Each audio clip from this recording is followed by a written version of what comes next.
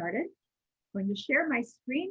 I have a short presentation, and then I will introduce Kurt to all of you.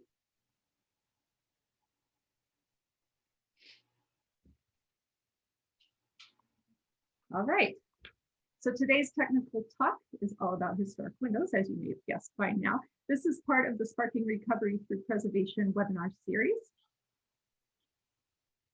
And we are grateful to the John E. Streb Fund for New York of the National Trust for Historic Preservation and the Peggy N. and Roger G. Jerry Charitable Trust and the Corning Incorporated Foundation for their support of our webinar programs. We have a lot of support for our programs in New York State. We're working with the National Trust for Historic Preservation, Corning Incorporated Foundation. Our grants programs are a partnership with the New York State Council on the Arts. And I'd like to thank Historic Ithaca and the Preservation Association of the Southern Tier for helping us spread the word about today's webinar.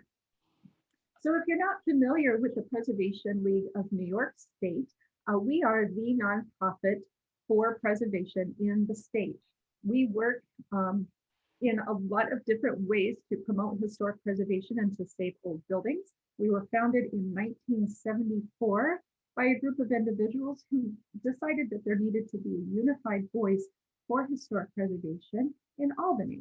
And the reason we're based in Albany is because that's where things happen at the Capitol. So you'll learn more about that later, but we do work for advocacy both at the state and national levels. The Preservation League of New York State realizes its mission through a number of programs. So we work with your local preservation colleagues, such as the Preservation Association of the Southern Tier, PACNY, Preservation Long Island, Preservation Buffalo Niagara, and everybody in between. So we make sure that locally you have the tools you need to further historic preservation in your town. We work for public policy at both at the New York State Capitol and at the national level. We have our 7 to Save program. Every 2 years, we list a series of buildings that need a little bit of extra attention and care in order to save them. We do that through providing additional technical support. Sometimes we do traveling exhibits, things like that, to bring attention to endangered properties. We also provide grants and loans to nonprofits and municipalities. We have excellence awards every year, recognizing individuals and projects for their historic preservation excellence. We have our Preservation Book Club, which is a fun way to learn about historic preservation topics. And finally, technical services, of which this webinar is a part. So normally we travel all around the state bringing you special programs and webinars. Today we're coming to you through Zoom. That's how it's been for the last year. And we'll see when we can start visiting you in person again soon. Hi, I'm on a webinar. I'll call you in an hour. All right, so I want to mention our grant programs real quick because there are a number of people representing municipalities and nonprofits today. And if you're interested in saving your historic windows, our technical assistance grants can help you. Our TAG grants come around in the late summer and have a deadline in the fall. So currently we are in a grant cycle for Preserve New York grants, but coming up later in the summer, you'll see information out there about our technical assistance grants. These are open to nonprofits and municipalities that own their own building or have a long-term lease. These buildings have to have an arts and cultural purpose, and the maximum award's $4,000. You're required to pony up 20% as a match. Why am I talking about TAG grants? Well, because the Science Museum of Long Island received a TAG grant from us in the fall for a building condition survey to look specifically at the windows in their building. And you see the picture on your screen. They have some many windows and they are buried.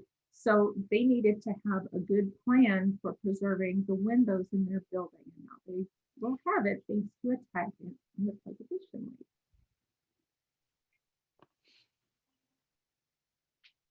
So a little bit about historic home owners. We hear a lot from owners of historic houses wondering how they can get help preserving their homes. how they can get money to help them rehabilitate. That help comes via the National Park Service and the New York State Historic Preservation Office through historic tax credit programs. If you've never heard of these, they may become your best friend as you spend money to rehabilitate your historic house.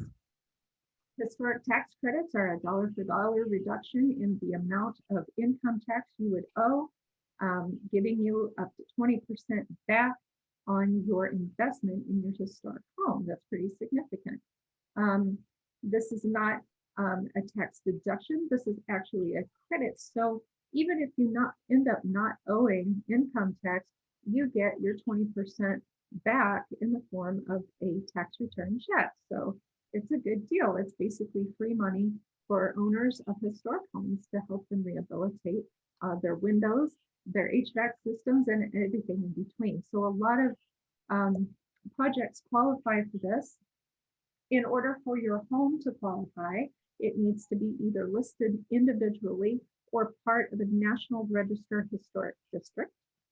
Some communities have a CLG that they operate under for historic preservation. And so if you're in a local historic district in a community with a CLG, then you can qualify as well.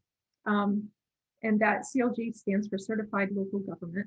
And that's a historic preservation overseeing in your town government. Okay. So in order for your projects to qualify, they do have to be pre-approved by the State Historic Preservation Office. So this is not a reimbursement program. You do have to have your projects pre-qualified. It's a fairly easy application to fill out. You just say what your house needs, how much you think it's going to cost, and then make sure that the work that you do on your house adheres to the Secretary of the Interior's standards for historic preservation. In my follow-up email after today's presentation, I'll include more information on this for you all in case you're interested in pursuing historic tax credits for your home. Now, there's some resources online that can also help you take care of your historic house. Preservation briefs by the National Park Service are short articles about maintaining your historic building. And the Secretary of the Interior standards, as I mentioned before, helps provide guidance on keeping what you have, repairing it, and then if it comes down to it, replacing in kind. So these are resources that I'll provide in my follow-up email today. You will also receive all these slides in my follow-up email. So don't worry if you're trying to keep notes, you'll get all this later on today. Now, before I introduce Kurt, I just want to say a word about contractors. Sometimes it's really hard to find someone who is qualified to work on historic houses. So sometimes you have to do your homework ahead of time. If you need to, talk to your neighbors, look around your neighborhood and see who's done a really nice job restoring their historic homes, and ask them who did the work. They're usually happy to talk about their projects and give you a little bit of guidance. You can also check our list of consultants. That's something else I will provide to you all at the end of today. We do have a vast array of architects, engineers, and other professionals who have worked through our grant programs to rehabilitate historic buildings. And make sure once you choose a contractor, you ask them for references so that you know that their work is quality work. And talk to them about the Secretary of the Interior standards. If they shy away or they don't want to implement those, then that should be a red flag to you. So you want to make sure you work with somebody who is truly interested in preserving your building's historic fabric. All right, so I do have a question in the chat. I forgot to mention, if you all have questions, you can type it into the chat box at the bottom of your screen. I have a question: is assistance available to properties not in qualifying census tracts? Not that I'm aware of. That is one of the eligibility requirements for using historic tax credits, that your property fall within a qualifying census tract. This is these census tracts cover most of upstate New York, but there are some exceptions to that. It has to do with the mean poverty level, and communities that need a little bit of extra boost. A map is available of qualifying historic tracts, and that can be found through your state historic preservation office. They're always willing to help you identify if your property falls within a qualifying census tract. Good question, Leslie. Thank you. All right, that's all I had to say. So now I'm going to introduce Kurt Riegel. Kurt works with historic buildings. He specializes in window restorations. He also helps restore gravestones in rural graveyards across the state of New York. So hi, Kurt, welcome. Well, hello, thank you. Hi. So if you all have questions for Kurt, like I said, type them in the chat box at the bottom of the screen. Kurt, I'll keep an eye on that so that you don't have to. Okay, and go ahead and tell us all about historic windows. So, hi everybody, my name is Kurt Regal, and I do window restoration, among many other things. So I've always been kind of impressed by old windows, and I've always been an advocate for trying to preserve old windows because they're just so beautiful and they can be functional, and they're a wonderful character defining feature of a building that once they are lost, a building really suffers with its historic integrity.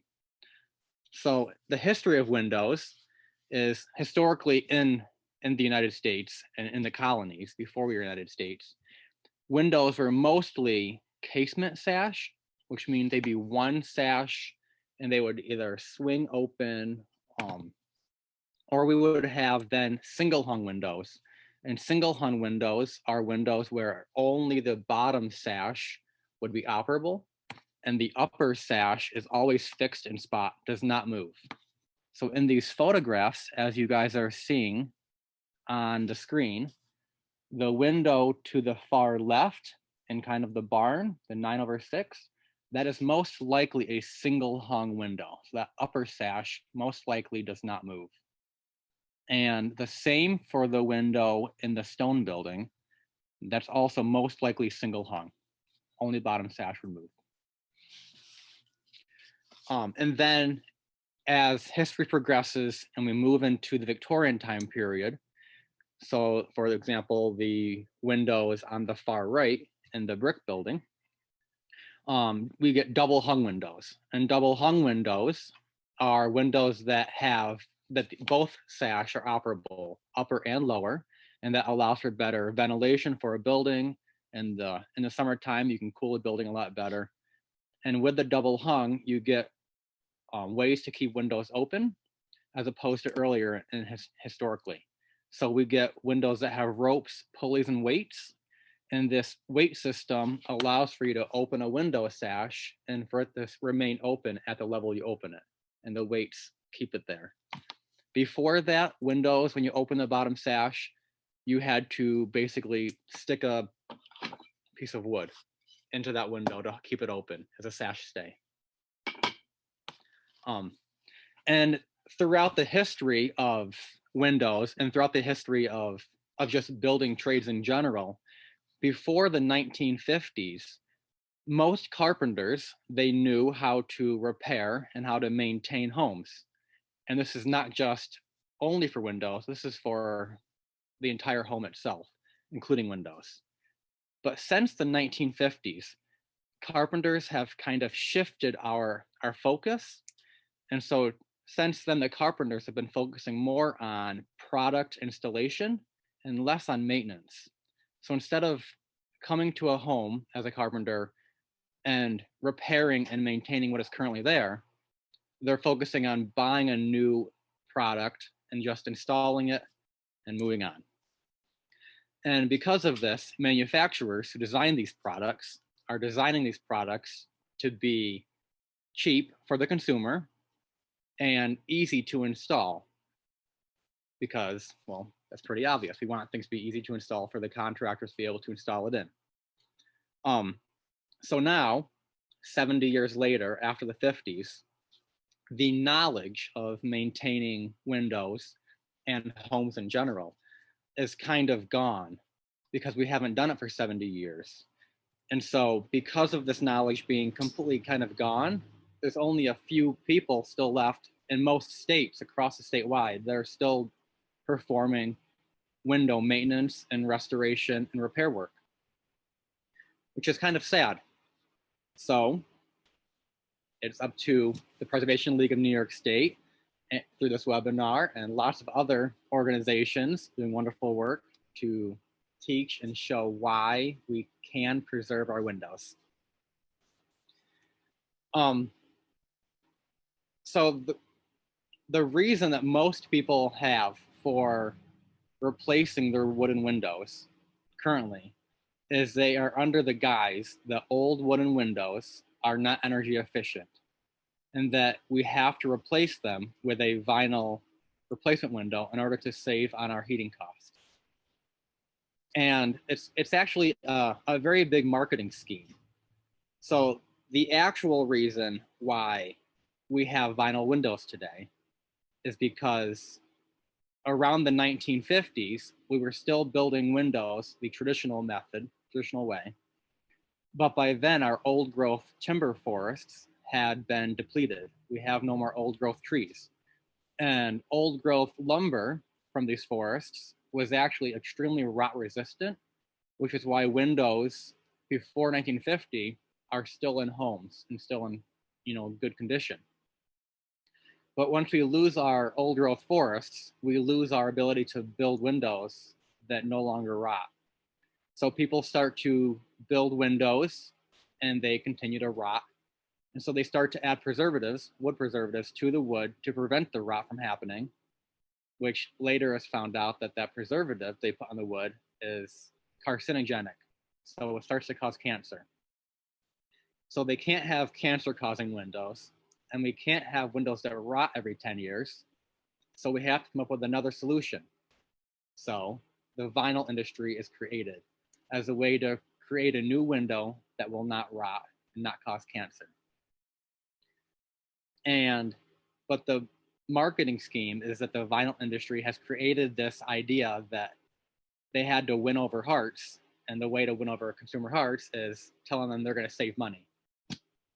So we have now the energy efficiency myth. So yes, it is true that an old window that is not maintained and that is, like in the photographs on the screen, missing glass, missing glazing, and falling apart, that is not efficient. And that is less efficient than a vinyl window for obvious reasons. However, an old window that is properly maintained, properly glazed and painted with a traditional storm window is equally energy efficient to a modern day vinyl replacement.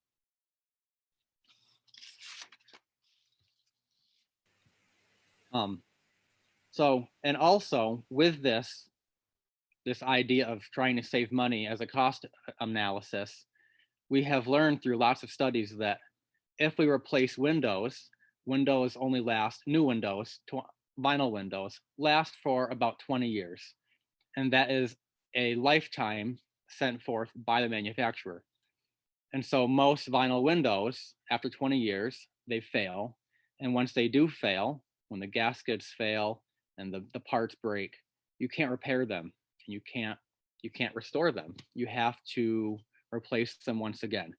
And so then that house is now on a every 20-year replacement plan with the replacement window company, which is not cost effective. And if you factor in the every 20-year cost of buying new windows, you find out that it costs way more than you would ever save in energy savings for your heat bills. However, most people don't think of it that way, which is kind of sad. And it's because of a shift in society. Most people don't live in their homes, don't live in a home for a lifetime anymore. It's now in this current day society, people move quite often. Every 5 or 10 years, people pick up their life and they move to another home. And so because of this, we don't maintain our homes for longevity. We just maintain them for the time that we are going to live in them. So I hear all the time in my business when people say that they replaced their windows with vinyl, or they did any other thing to their home that is kind of a temporary short-term solution. They always say to me, well, it's all right. It'll be good until I'm gone. It'll last the rest of my life. It'll last till I move. And that's really a kind of a selfish way of thinking, because as homeowners or as building owners, we are stewards of that building. So it's up to us to preserve that building for future generations, and not just to inhabit it for the few years that we occupy that building. So the best plan for windows is to have kind of a yearly maintenance plan where every spring you walk around your building, and you can do this as you're washing your windows. So as you're washing your windows, you could check for if you have any missing glazing, if you have any missing paint, if any of the stops seem to be loose, if you have any kind of rot happening, if the sills have any checking, which is where they have cracks that go down to the sill, and just check for any kind of damage or inconsistency that should not be there. If you do this on a yearly basis, and you do find you have a little piece of glazing that has popped out or a piece of paint that is peeled off, then you can quickly spot glaze that part, and then you can do some touch-up painting. And by doing this, your windows will never be allowed to deteriorate, and they'll always be in good condition. And in that condition, with a storm window, they'll always be energy efficient. Kurt, not to interrupt, but we have a few questions coming in. I thought this would be a good time to address them. We've got a couple of folks asking about storm windows. So one person asking about interior storms, and looking for people who are willing and able to create those. Yes, so for storm windows, there's lots of options. So for interior storms, which are widely accepted, people love them because they don't interact with the exterior of your building. You don't see them. And so far on a historic building where storm windows might not have been historically there, interior, they're beautiful and they work wonderfully. One company is Induction that creates them, and they are held in by like a gasket or pressure fit. And so yes, we have those and they're very good. With exterior plans, there are lots of options for exterior storm windows also. There are triple track aluminum storms, which have been around since the 1960s, maybe the 50s. And they're not the most beautiful to look at, but they are effective and they're convenient because of the triple track. They have screens and they have glass, so you can leave them there all year long, not have to remove them in the spring and put up, or in the spring and put up your screens. And you can just open and close them as you want throughout the year. We also have traditional wooden storm windows, which are my favorite. And so those go up in the spring, go up in the fall and come down in the spring, and they sit right inside of your window jamb, and they get held on the top by hangers. And they're more historically appropriate to most buildings, and they blend in really well with the building. So Kurt, the company that you mentioned, Induction, could you spell that for us, please? Yep. So Induction is INDOW. Great, thank you. We had another question about storms as well. So we've got some folks that have storms that they put up and take down seasonally. They're wooden and they're exterior. They use cotton boat caulk between the cracks to make them nice and snug. And it's kind of a laborious process every, twice a year to visit these storm windows. So they're looking for information about replacing the glass in the lower light and with a removable storm and screen similar to aluminum storms. But they're not sure that they can find someone to retrofit them. Yeah, so you were referring to combination storms, which are made, and they are wooden storm windows, just like you currently have, where the bottom piece of glass is inset with another frame. So you can put a piece of glass in for the winter months and then pop it out and put a screen in there for the warm months. And that is up to finding a carpenter in your local area that is able to build those and manufacture them. And most cabinet shops would have the ability of making those for you in your local community. Okay, and one more question about the efficiency of the glass itself. Can you speak about the efficiency of UV protection and just heat efficiency of the actual glazing? Yeah. So the glass, glass does not have an R value really. Glass is not insulating. What it's insulating is air. So if you are insulating your home, let's say with fiberglass insulation, when you do fiberglass, you don't want to densely pack it. You don't want to shove it in there really dense because you lose your energy efficiency. You want it to be loose, so you have a lot of air, because that air it traps the warmth and insulates your home. Well, the same with windows. So when you have a vinyl double pane window, the glass is not the insulating part. It's the air between the two panes of glass that's acting as your insulation value. So if you have a original wooden window, a historic window in your house, and the storm window outside, you have that air cavity between the two windows acting as your insulation value. All right, thank you, Kurt. And then one more question is about restoring large storefront windows of an 1850s building. And these are 4 panes wide and 2 panes tall. And Angelica's just looking for general advice on restoring those windows. Yeah. So the first thing is you want to determine what the windows actually need, because not every window needs to be restored. Most of them could just be repaired and maintained. And there is a really good philosopher. He was a French art historian. His name was Diderot.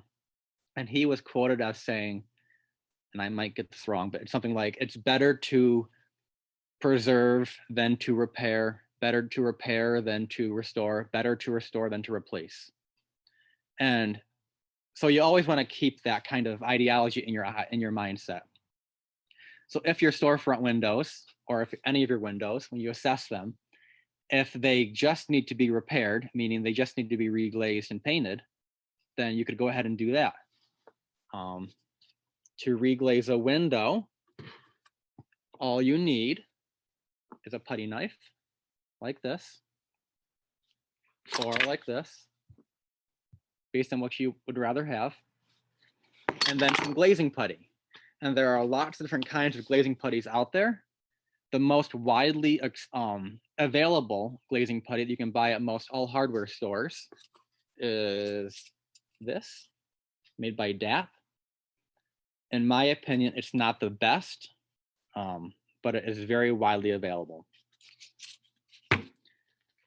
Other putties that are out there that are not as widely available, you have to buy them online mostly, but that I use daily is Sarco.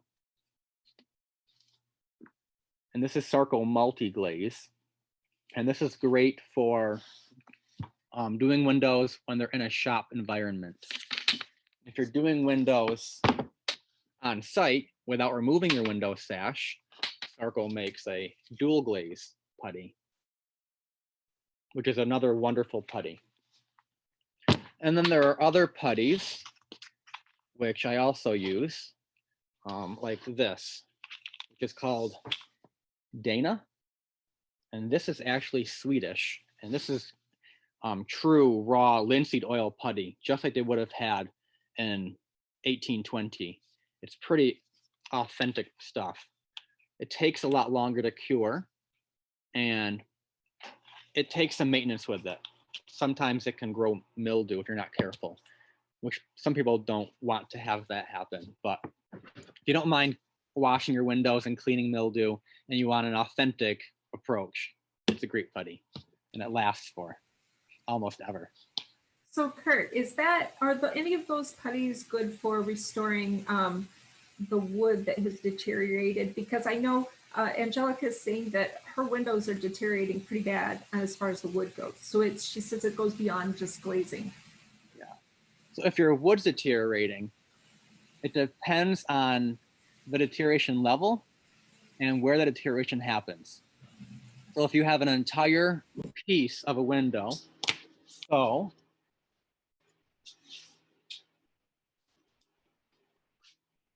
here's a window. This is circa like 1790. If you have a window where the entire bottom of your window is all rotted off and bad, then the best approach is to replace that entire part with a new piece down here. And that would be required of, usually you'd have to hire somebody to do this who's familiar with windows. Because they have to pop the window apart in order to do that. Or if it's just a small section of rot in one corner, then you could do a wood induction repair. And a wood induction is where you cut out the rot and you fill it in with new wood that's rot resistant. So new mahogany or something that is really rot resistant, and it would be glued in place and kept there to fill. And that's especially on a joint. So if you have it right on the mortise and tenon joint, like in this window here, you can't glue a joint together because gluing a joint together makes that joinery unable to be repaired again in the future. And everything we do in carpentry and in restoration is you want it to be reversible. You want to be able to go back in the future and maintain it again. If you have a piece of wood that is rotted and it's not on a joint and it's not an entire piece, an entire part, like an entire rail or a stile, then you can use epoxies. And I use this one sometimes, which is called Wood Epox, made by Avotron. And this is a two-part system, and it's very easy to use. It's basically like a Play-Doh. And so you would take these two pieces, these two epoxies out in your hand, wearing rubber gloves, equal parts, and you would just massage them together like you're playing with Play-Doh. And then you take that epoxy when it's thoroughly mixed, and you would put it into the area of the wood of the window where the wood was rotted. And before that, you would actually dig the rot out of there with a putty knife or a screwdriver or a chisel and get rid of all the rot. Then you'd fill it in with your epoxy and let it cure, and then sand it and paint it. And you want to be sure that you use a wood epoxy. There are several others also, but I like this one. I also like one made by West System, which is more of a liquid epoxy. And it's really good for when you have like checks and stuff in wood. It's a great epoxy. You never want to use an epoxy that is not rated for wood. So sometimes you find people, they will use automotive Bondo to fill in wood rot. And automotive Bondo is not good. It does not have the same characteristics as wood epoxy or wood. And so as wood contracts and in the seasonal times when it gets hotter and cold, it does not contract with the wood the same way, and it pops off and it holds moisture and it actually can accelerate rot.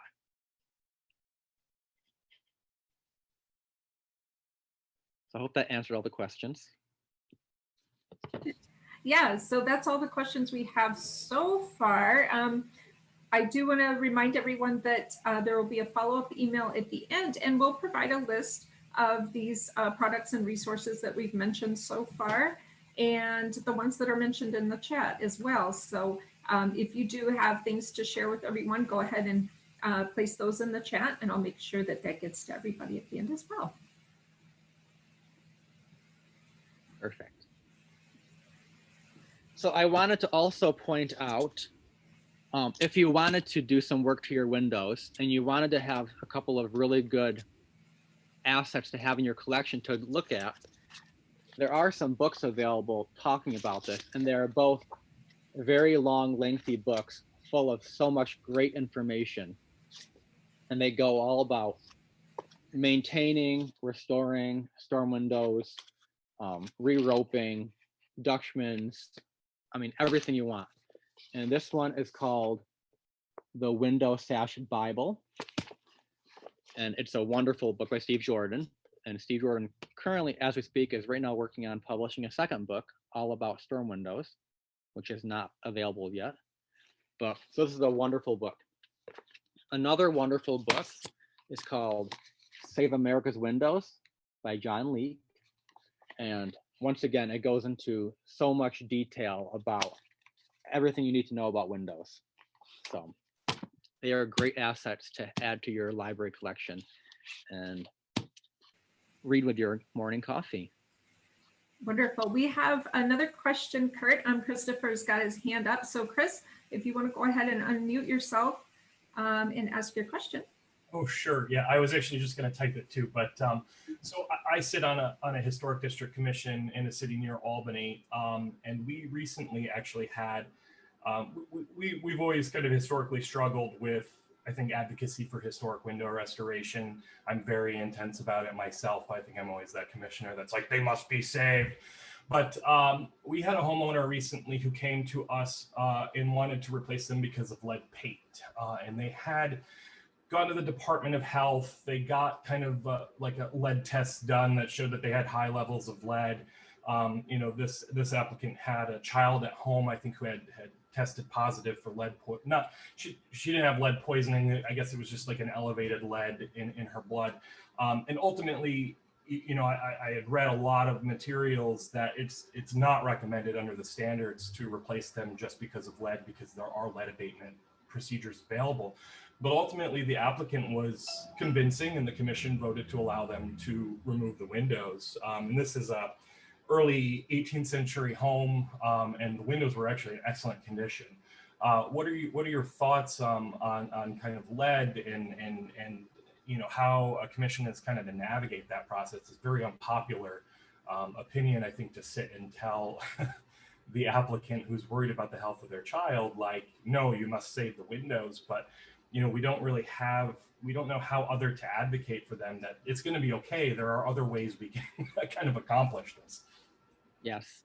So lead is a concern. And so when you're working with windows and you are repairing or restoring windows, you want to be sure that you're wearing a respirator, a mask, because you don't want to be breathing in this toxic chemical or this toxic heavy metal. However, windows, if they're properly maintained and they're not peeling paint all over the place when you open and close them, they are also safe. And so if you paint over your window, you encapsulate that lead behind the new paint, which makes it no longer an issue.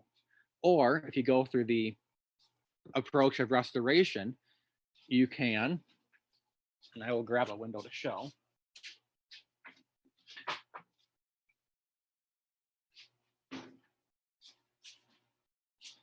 So here's the window here that is currently being restored in my shop. And you can see it is completely stripped of all its paint.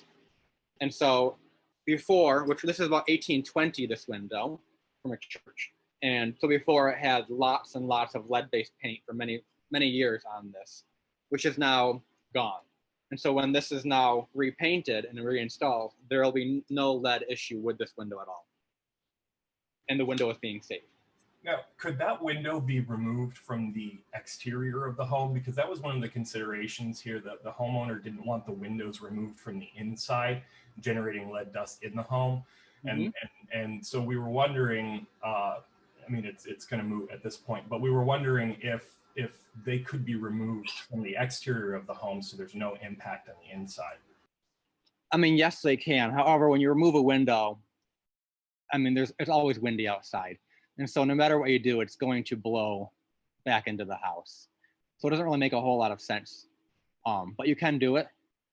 However, most contractors doing window restoration work, they will put up plastic barriers to prevent the lead dust from entering your actual living environment. And that's just part of a lead safety practice. So, and they will be cleaning with HEPA vacuums to make sure that it's not contaminating your home. Windows are designed to be removed from the inside. It's just the way that the interior stops work, and especially a single hung. So if this house was 18th century, it would have been a single hung window. And so removing from the exterior, if you remove the exterior stop, you'll remove the window, but the exterior stop is holding up the upper sash. So it would have a tendency to want to drop and fall. So I would not advise it. I'd work from the inside, but. Sure. And I correct myself, it was early 19th there, 1820, 1830, 2/2. Okay. Okay. Well, if it was 1830, the 2/2s probably were not original to the building. They probably were old, probably from the late 19th century. And they also probably were most likely single hung replacements. But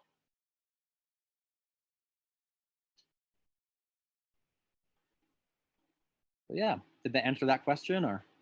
Yes, it does. I mean, and that's really kind of in line. I think part of our struggle, and I think a lot of people feel this, is like convincing people that this is real and that, the manufacturer, they've got a contractor out there who's really good at telling them they need these new windows. He's going to cut them all out from the front of the house and put these new windows in, and trying to convince people otherwise is I think very difficult. It goes back to my talk point earlier that most carpenters today and contractors today, they are part of a product installation and not a maintenance. And so their spiel is replace with everything in a home. Just we'll buy something new at Lowe's and we'll pop it in. And because they don't have the experience, the expertise, or the knowledge to do the repair and maintenance, they've never done it.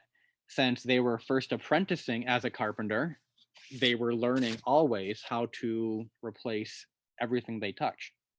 So. Can you speak to cost a little bit? Because that was one of the things, like they're looking for replacements over $35,000 for the house versus kind of the cost for window restoration. Could you talk about that a little bit? Yeah, so the restoration costs can vary based on what the windows need. So, I mean, there's a huge difference between repair costs and restoration costs. And there's a huge difference between, a repair cost and then a full lead abatement, stripping and sanding an entire sash down to bare wood. And it comes down to also how many panes of glass. Is it a 12 pane? Is it a 1 pane? Is it a 6 pane? So it's hard to give an overall cost without actually looking at the window. But the restoration cost is comparable to a replacement cost.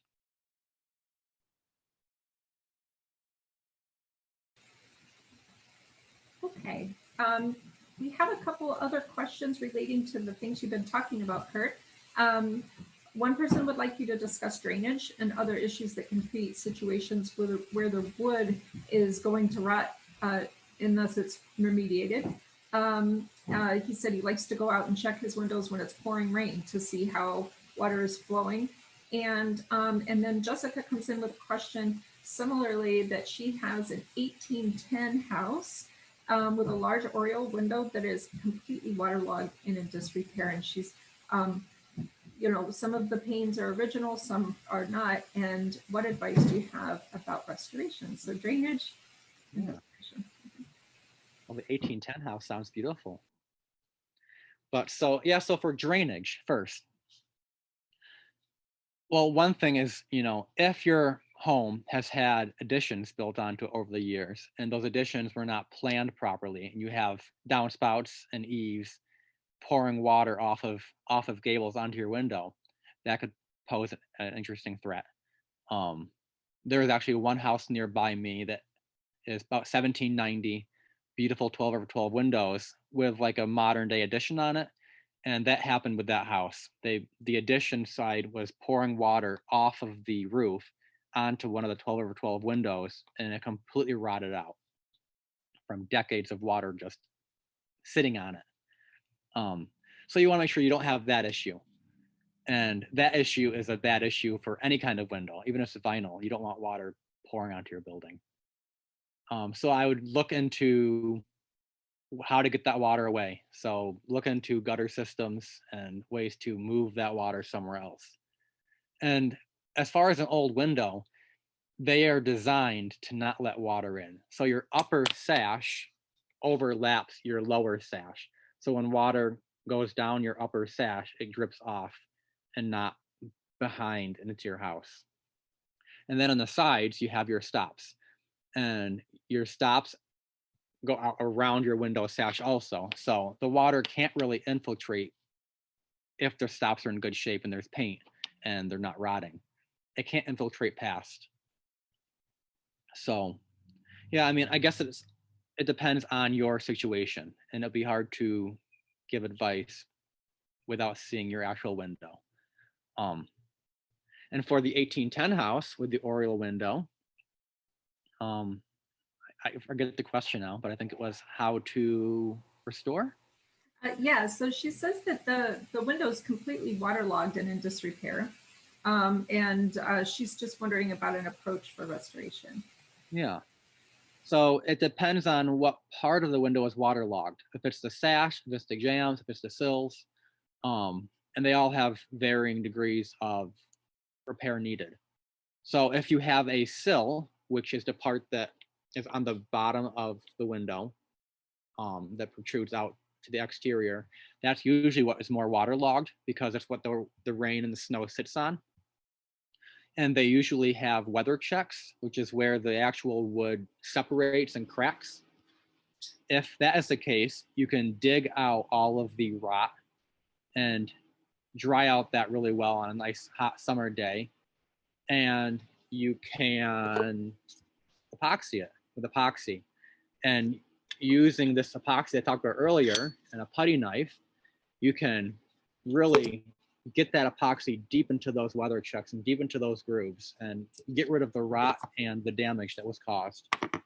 And once it cures, prime it with a high quality, preferably oil-based primer, and then a couple of coats of finish paint, a high quality, not a cheap paint. And that'll help your sill. I mean, once again, it's hard to give advice without seeing your actual project, but. So we've got a similar question from Gretchen about restoring or repairing a 1920s awning window in a sleeping porch. So she's got some awning windows that have some wood rot and many layers of paint. So. Okay. So if you have many layers of paint, it comes down to your aesthetics of what you want the window to look like. And so a lot of my clients, they want to have it smooth and looking brand new again, which is possible with scraping and stripping all of that paint off and sanding the window back smooth, and then doing a nice coat of primer and paint and nice glazing. However, these windows are old. So if it's a 1920s house, I mean, it's a 100-year-old awning window. And if we learn acceptance, which is a big lesson to learn in old houses in general, is that an old house is never going to be perfect. And if we can tolerate that and we can accept it and we can cherish it and love it for what it is, we are all going to be happier with our homes overall. So if we learn to love the fact that it's got several layers of paint and you can see the layers of paint, and you learn to, you can point it out as like a talking point, like, wow, look at the layers of paint that this house has had. Look at the love that the past owners have showed to this house. It's such a better feeling. So in my house, I have a 1780s house, and my windows were replaced at around 1890, 1900 with single 1/1s. So I am looking for replacement sash, but I'm salvaging period sash from the 18th century, and I'm putting them back into my house. And if the sash that I find are in repairable shape, I don't restore them. And yes, they have nicks and holes, and you can see where mice have chewed through them and all kinds of, errors in the windows, but I don't fix those. I don't fix the mouse chew, and I don't scrape all the paint off. I just, it's 200 years old, so I learned to live with it and appreciate it. And I love the stories about the mouse trying to get out of the house. So, Kurt, so that's a good segue to another question about sourcing wavy glass for windows. I know you have been facing that struggle yourself. How do you find wavy glass to replace your panes? so wavy glass is, there's different types of wavy glass over the history of windows. So early glass, I want to say like 1850. I mean, 1830 is like the cutoff, but in rural New York, 1850 is more accurate. We have crown glass, and crown glass is hand blown, mouth blown to a big disc, and then that disc, after it's spun, is laid out and cut into glass panes. And it's a very labor intensive process. And there is nobody in the entire world still reproducing glass in this manner. There was somebody in Germany doing it, but that person has passed away several years ago. So to my knowledge, there's nobody doing this. So after that, then we have cylinder glass. And cylinder glass is also, it could be mouth blown or done by machine, where they blow big cylinder tubes of glass, and then they score the side of the cylinder and they flatten and they lay it out flat. And that's also wavy. And that's from like 1850, let's say, up until like 1950 or so. And they have different kinds of waves. So crown glass is more of a circular, extremely wonky, a lot of seeds, which are like bubbles. It's beautiful glass. And cylinder glass is also beautiful glass, and it has more straight striation lines through it. And you get bigger panes of glass. So you'd have like a 2/2 or 1/1, and as opposed to a 12/12 or a 6/6. So sourcing that glass, if you want to get picky to the time period of the windows and getting that exact glass, you have to find those windows in salvage yards, antique shops, junkyards, wherever you can find old windows laying around. And you can harvest the glass from those sash and then clean it and cut it to size and install it into your own window. There are companies making restoration glass, and this is new made glass, but it's not made the old traditional ways. It's made more of a modern way, and then like heat affected to give it a wonkiness, give it a wave, and it works. It's not exactly authentic. You can tell. I mean, I can tell when I look at restoration glass versus authentic glass. It has a different appearance, but it is available. So I did see a question a while ago about, not here, but somewhere else, about going to window replacement companies and asking if you can have access to their discarded windows. Is that feasible, or are they going to just try to sell you new windows? It's feasible. I actually did that for several years, and I had a local window company, a vinyl company, that would save me their windows when they removed windows, and I would pick up all their old sash and bring them home when they did their replacements. And as the years go on, the vinyl companies don't get a lot of old windows, because as the years go on, the vinyl companies are now replacing vinyl windows with vinyl windows. And so they'd bring a lot of crappy 20-year-old vinyl windows back to the dumpster and less old, beautiful windows to the dumpster. But they still do replace beautiful windows, so you still can get glass that way.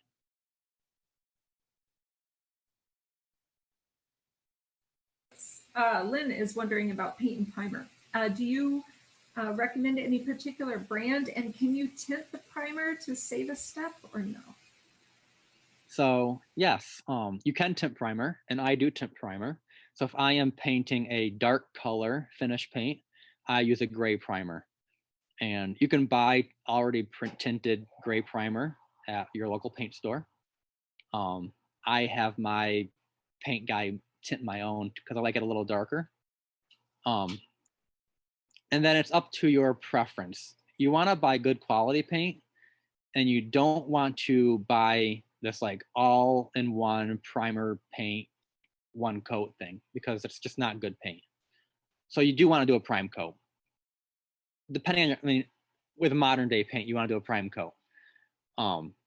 Oil-based primer is always better than acrylic or latex-based primer, especially for exterior purposes.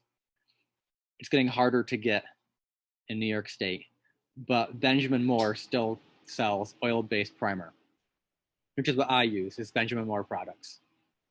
And then for your top coat, your finish coat, you can use a latex or acrylic from Benjamin Moore. Which I don't have it with me right now in front of me because my paint booth is upstairs, but for my own personal windows, I use linseed oil paint. And linseed oil paint, you don't use primer, and you thin it out with linseed oil for your first coat, and then you do a couple coats on top of that. And linseed oil paint is different than modern day paint. It's different than alkyd, and it's different than latex or acrylic. And it has some issues. It'll grow mold, mildew, and it'll chalk, but it's authentic paint that you'd have pre-1850. And the longevity is beautiful. It lasts a lot longer. It doesn't tend to peel and crack like modern day paint does, especially latex paint, which I use it for client work because a lot of clients don't want to check on their mildew paint. They want to have it easy, convenient. And I use latex because it's all you can really buy today. It's very hard to find oil-based, alkyd oil-based finish paint anymore because of VOC's laws. So Kurt, do you use a steam box to remove all the paint from the sash? I personally do not. No. Some restoration companies do use steam boxes. It's kind of a preference thing. Steam boxes, if used correctly, can work very well. And they can expedite the process. They can make it a quicker process. But you have to also be careful with a steam box, that you don't leave it in too long or too hot. And depending on the glass, if you're dealing with a very early window with crown glass, a steam box will break a lot of that glass. It won't preserve that glass. Thicker, newer glass won't have such a big effect on. But you want to be careful though, because steam boxes can raise the grain of the wood and they can warp, and there's issues associated with that. Well, we are getting down to 1 o'clock, and now we have the $64,000 question, and that is, how do you recommend finding a skilled and reliable window restoration contractor in your community?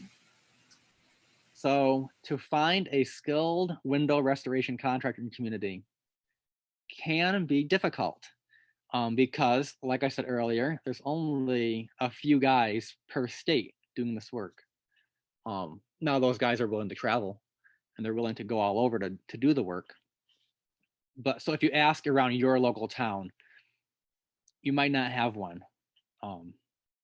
So you would want to go to the internet and Google around for a window restoration company that focuses on windows, not a handyman and not a general contractor, because for the most part, they don't focus on window maintenance.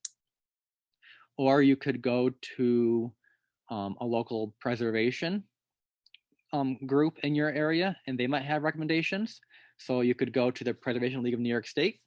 You could ask them, and they could put you in the right direction. If you are in the Southern Tier, you can go to the Preservation Association of the Southern Tier. You could go to Historic Albany Foundation in Albany. There's lots of organizations statewide that could point you in the right direction. That's right. And there are a lot of good reasons to connect with your local preservationists and the Preservation League of New York State. In your follow-up email, I do have a short list of contractors in our area that specialize in windows. Kurt is one of them. And, they can help point you in the right direction. If they're not the right ones for the job, they may know someone who is. questions.